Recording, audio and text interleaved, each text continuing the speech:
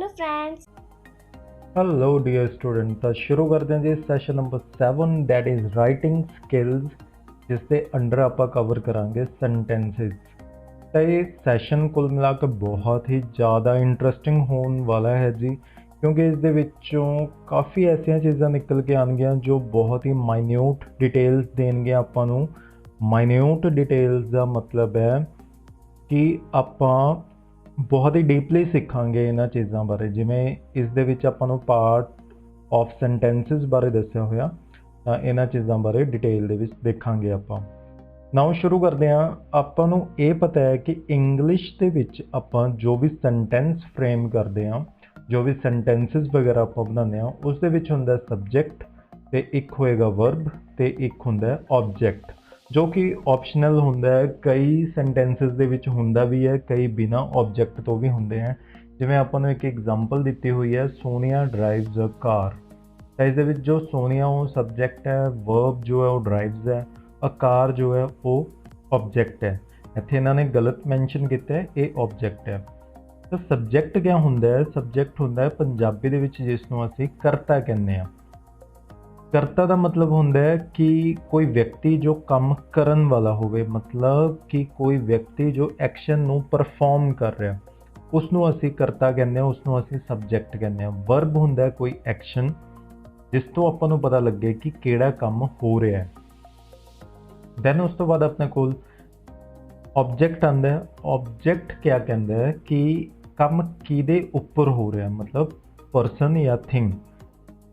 या तो काम किसी व्यक्ति के रिलेटेड हो रहा होएगा या किसी चीज़ के उपर हो रहा होएगा।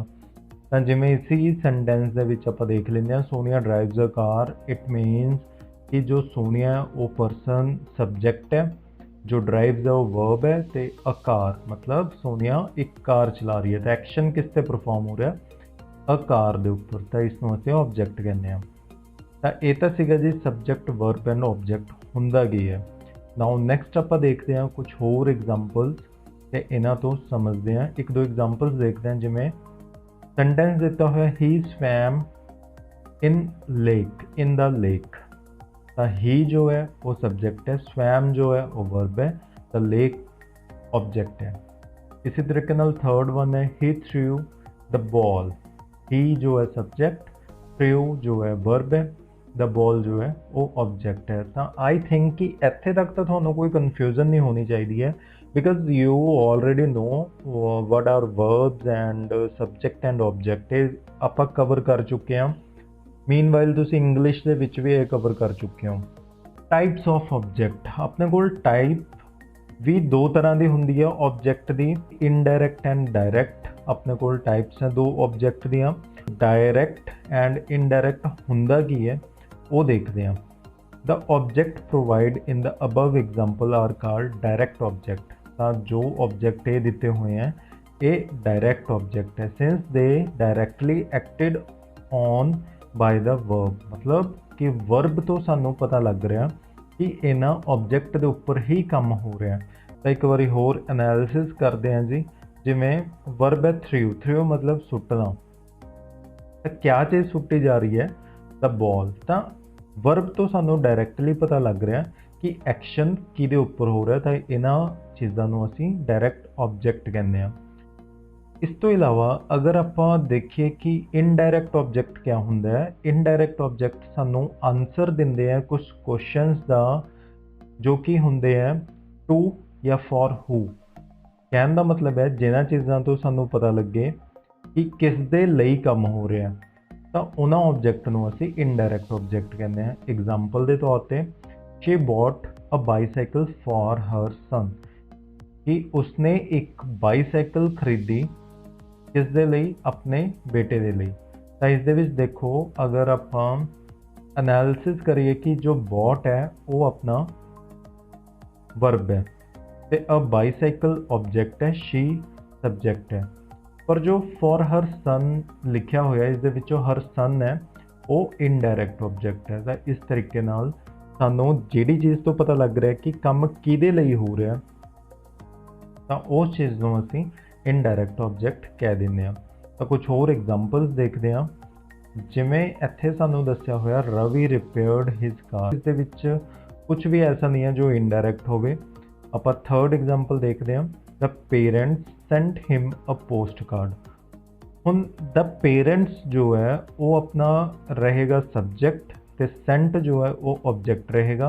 ਹੁਣ पेरेंट्स ने क्या सेंट किया, क्या भेजा सी, पोस्ट कार्ड। तो पोस्ट कार्ड जो है वो ऑब्जेक्ट रहेगा पर एक डायरैक्ट ऑब्जेक्ट है। पर किस दे ਲਈ भेजा सी, फॉर हिम मतलब किसी बेटे ਲਈ या किसी परसन ਲਈ भेजा, ਤਾਂ हिम जो है वो रहेगा इनडायरैक्ट ऑब्जेक्ट। ਆਪਾਂ ਨੂੰ ਇੱਥੋਂ ਇਹ ਪਤਾ ਲੱਗ ਰਿਹਾ ਕਿ ਇਹ ਕਿਸੇ ਪਰਸਨ ਦੇ ਲਈ ਭੇਜਿਆ ਗਿਆ ਸੀ, ਤਾਂ ਹਿਮ ਜੋ ਹੈ ਉਹ ਰਹੇਗਾ indirect object. He bought his daughter a computer. He bought मतलब उसने कुछ खरीदया, तो ही जो है सब्जेक्ट रहेगा, बॉट जो है वो वर्ब है, अ कंप्यूटर जो है वो डायरेक्ट ऑब्जेक्ट रहेगा। किस दे लिए कंप्यूटर खरीदया, हिज डॉटर अपनी बेटी लिए। तो जो हिज डॉटर है वो आपां नूं दसदी है इन डायरेक्ट ऑब्जेक्ट बारे, इनडायरेक्ट ऑब्जेक्ट है हिज डॉटर। दैन नैक्सट अपने कोल है types of sentences. Types of sentences अपने कोल दो तरह के होंगे हैं जी, एक्टिव एंड पैसिव सेंटेंसिस। बहुत इंटरेस्टिंग चीज़ है जी, एक्टिव एंड पैसिव सेंटेंसिस तुहानूं तां आउणगे if you know about tenses. अगर तुहानूं टेंसिस बारे चंगी तरह पता है तो तुहानूं एक्टिव एंड पैसिव सेंटेंसिस बारे भी पता रहेगा। हुण एक्टिव एंड पैसिव सेंटेंसिस दे विच हुंदा की है कि जो नॉर्मली आपां अपना एक सेंटेंस बना रहे हैं उसनों असीं शफल कर देंगे, मतलब उल्टा कर देंगे। जो कि सबजैक्ट होएगा सिंपल सेंटेंस का वो बन जाएगा ऑब्जेक्ट, तो जो ऑब्जेक्ट होएगा वो बन जाएगा सबजैक्ट, तो वर्ब भी चेंज होएगी। तो देखते हैं जिमें Ram is reading a book. Ram एक किताब पढ़ रहा है, राम जो है सब्जेक्ट है, रीडिंग जो है वो वर्ब है, तो अ बुक जो है ऑब्जेक्ट है। तो object change to subject.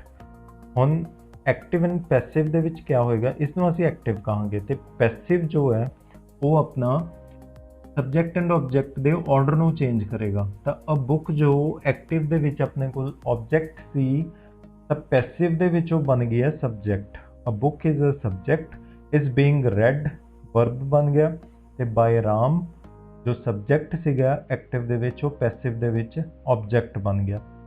I hope कि इत्थे थोड़ी कन्फ्यूजन नहीं होएगी थानू, तो ध्यान नाल इसनूं समझण दी कोशिश करो। इसके कुछ रूल्स हैं जो कि मैं इस वीडियो दे विच नहीं कवर करांगा। जे तुसीं एक्टिव पैसिव दे रूल्स देखना चाहते हो तो मैं डिस्क्रिप्शन दे विच अपनी एक एक्टिव पैसिव वीडियो जो मैं ऑलरेडी बना चुकिया उसका एक लिंक दे रहा जो तुसीं देख सकते हो तो समझ सकते हो क्या हुंदे आ रूल्स ते किवें काम करते हैं। नाउ फर्दर मूव करते हैं, जिवें इत्थे आपां नूं एक सेंटेंस होर दिता होया, Radha is reading a book. तो एक्टिव टेंस दे विच राधा सबजैक्ट है तो अ बुक ऑब्जेक्ट है। तो passive they which a book subject बन जाएगा, तो इज़ बीइंग रेड जो है वो वर्ब रहेगी, तो बाय राधा ऑब्जेक्ट बन जाएगा। तो आई होप कि इसका मतलब थानू तो डिफरेंस थानू पता लग गया होगा कि किवें ये वर्क करते हैं। तो नैक्सट अपने को जो इंपॉर्टेंट चीज़ां दित्तियां हुई ने, सेम आपां नूं एग्जाम्पल्स कुछ दित्तियां हुई ने, दैन उस तो अगे मूव करते हैं आपां।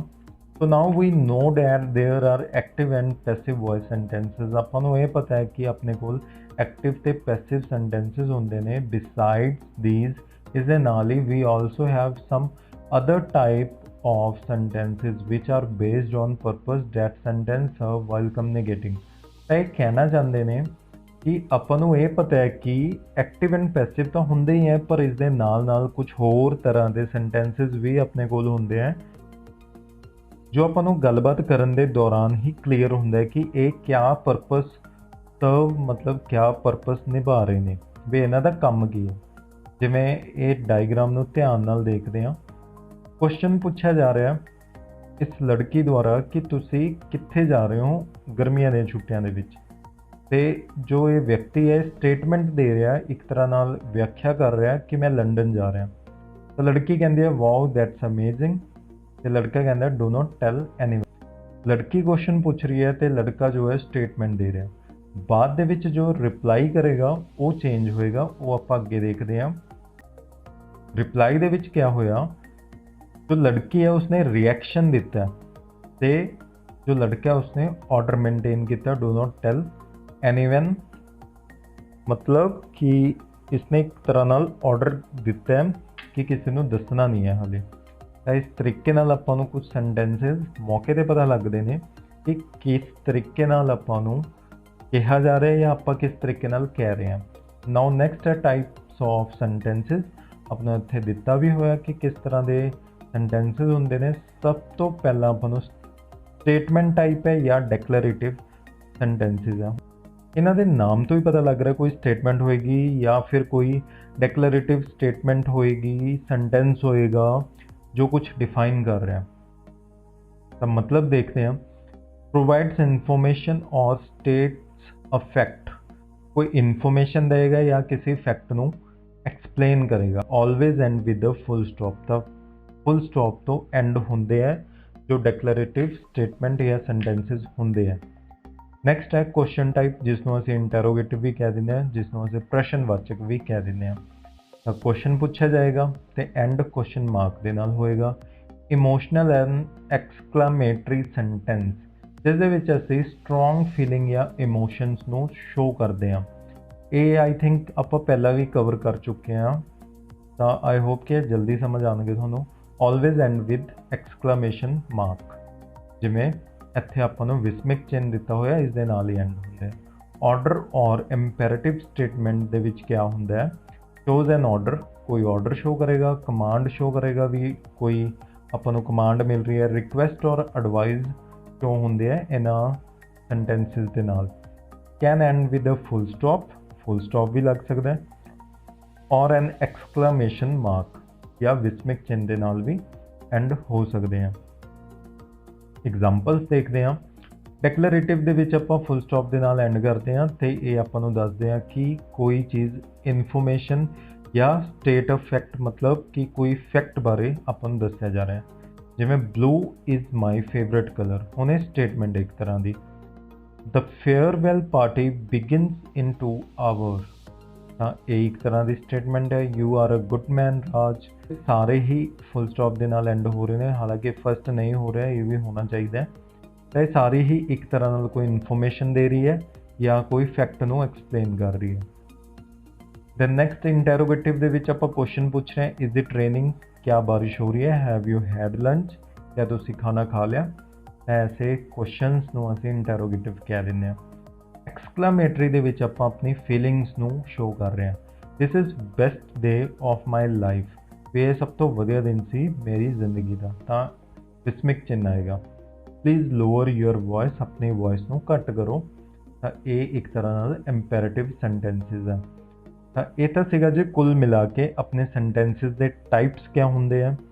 तो उस तो पहला असीं एक्टिव एंड पैसिव देखे, तो रूल्स मैं डिस्क्रिप्शन दे विच दस रहा तुहानूं।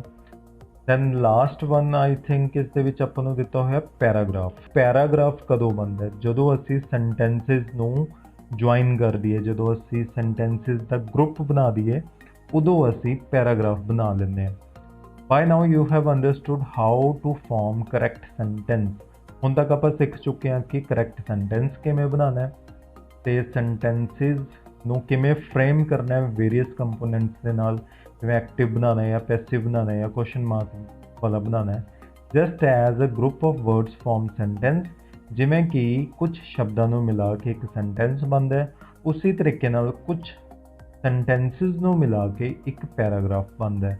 इत्थों ये क्वेश्चन क्लीयर होएगा कि वट इज़ अ पैराग्राफ। तो तुसीं लिख सकते हो group of sentences forms a paragraph.